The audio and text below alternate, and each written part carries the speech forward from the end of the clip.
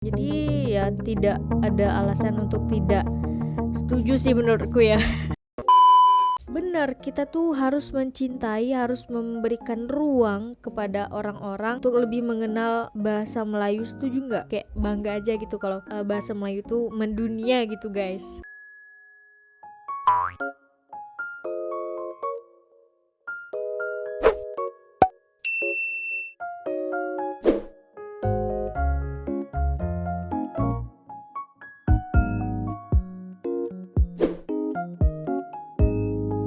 Assalamualaikum, Elsa di sini. Hai guys, hai semua, halo tetangga, gimana kabar teman-teman semua? Semoga sehat selalu, semoga bahagia selalu, dan semoga hari-harinya selalu good day.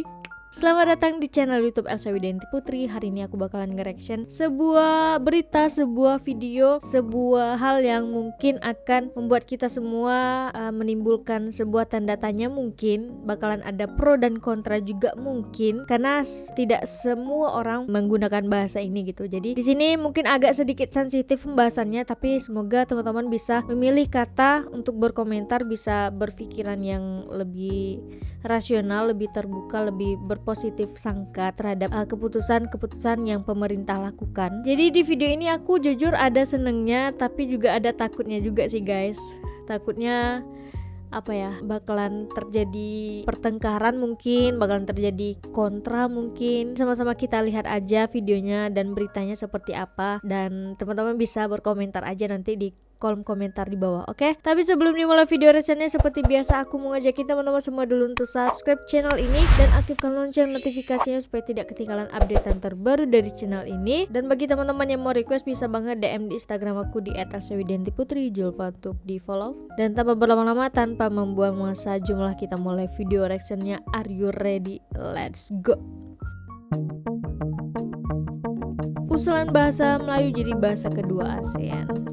Oke, sebelum kita lanjut videonya, ini sedikit aku bacakan beberapa berita yang udah tersebar di sosial media ya guys. Ini dari detik.com, aku ambil referensinya supaya lebih meyakinkan teman-teman semua. Jadi di sini detik.com menuliskan berita tentang Malaysia mengusulkan bahasa Melayu sebagai bahasa kedua ASEAN setelah bahasa Inggris. Perdana Menteri Malaysia itu Ismail Sabri Yaakob beralasan pengusulannya lantaran bahasa Melayu dituturkan 300 juta penduduk ASEAN dari Indonesia hingga Kamboja. Malaysia akan mengadakan perbincangan dengan pemimpin ASEAN untuk mencadangkan penggunaan bahasa Melayu sebagai bahasa kedua ASEAN dalam usaha memartabatkan bahasa ibunda ke peringkat antarbangsa, kata PM Malaysia. Dan teman-teman, kita juga tahu dong kalau bahasa Melayu itu bahasa terbesar ke-7 di dunia, dan Indonesia pun juga penuturan bahasanya bahasa Melayu gitu. Apalagi di Riau, Kepulauan Riau gitu, menggunakan bahasa Melayu gitu, bahasa ibunda. Aku pun juga kadang bercakap dengan orang tua aku, berkomunikasi dengan orang tua aku, dengan keluarga menggunakan bahasa Melayu gitu. Aku sebagai orang Melayu sih setuju aja gitu, tapi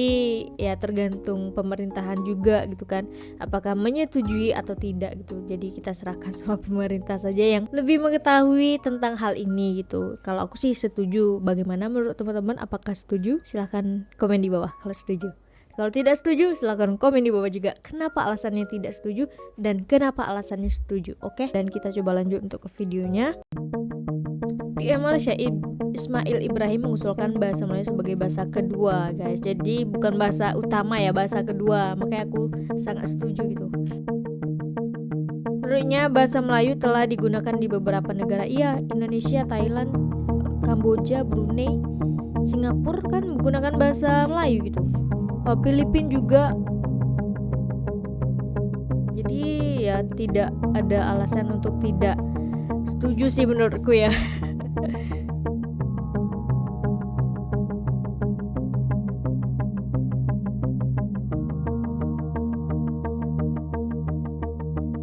Kini hanya 4 dari 10 negara ASEAN yang memakai bahasa Inggris.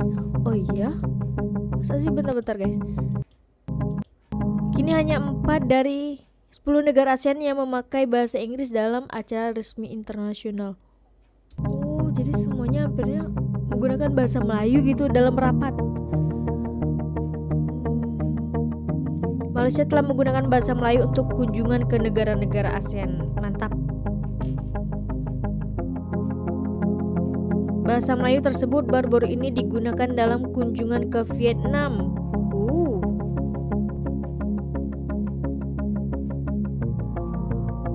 Kementerian Luar Negeri Malaysia akan diminta menyediakan kelas bahasa Melayu bagi staf. Benar, kita tuh harus mencintai, harus memberikan ruang kepada orang-orang untuk lebih mengenal bahasa Melayu. Setuju nggak? Kayak bangga aja gitu kalau bahasa Melayu tuh mendunia gitu guys. Ismail juga berencana mewajibkan pembelajaran bahasa Melayu bagi mahasiswa asing di Malaysia. Mantap tuh, keren, harus dong. Sementara UU Dewan Bahasa dan Pustaka juga akan direvisi untuk mendukung usulan itu. Semoga terwujud ya. Pokoknya yang terbaik.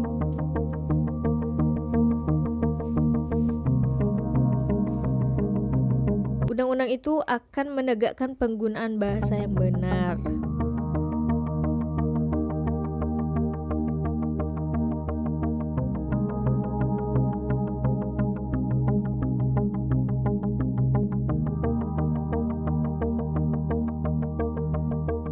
Seperti yang aku katakan di awal, jadi menurut aku tidak setuju sih kalau nantinya bahasa Melayu digunakan sebagai bahasa kedua ASEAN gitu. Dan aku sangat mendukung Malaysia mengusulkan program ini gitu, bahasa Melayu sebagai bahasa ASEAN gitu, bahasa kedua ASEAN. Dan semoga disetujui oleh petinggi-petinggi ASEAN ya. Jadi bahasa Melayu tuh logatnya tuh kan macam-macam gitu. Di Malaysia juga logat bahasa Melayunya kan macam-macam, masing-masing negeri beda-beda logatnya. Di Indonesia pun juga bahasa Melayunya juga logatnya macam-macam gitu. Jadi kita doakan yang terbaik saja, semoga niat baik PM Malaysia untuk mengusulkan program ini bisa diterima. Kalaupun tidak diterima, ya semoga itu jalan terbaik gitu. Itu yang terbaik untuk bahasa yang kita gunakan gitu. Bagaimana menurut teman-teman? Apakah teman-teman setuju bahasa Melayu dijadikan bahasa kedua untuk ASEAN? Kalau setuju komen langsung di bawah. Oke, bagi teman-teman yang suka sama video ini, jangan lupa untuk like, comment, subscribe, dan share juga ke sosial media yang teman-teman punya. Boleh tag aku di Instagram di @elsawidiyantiputri. Jangan lupa untuk di follow. Dan kita ketemu di next video. Bye bye. Assalamualaikum.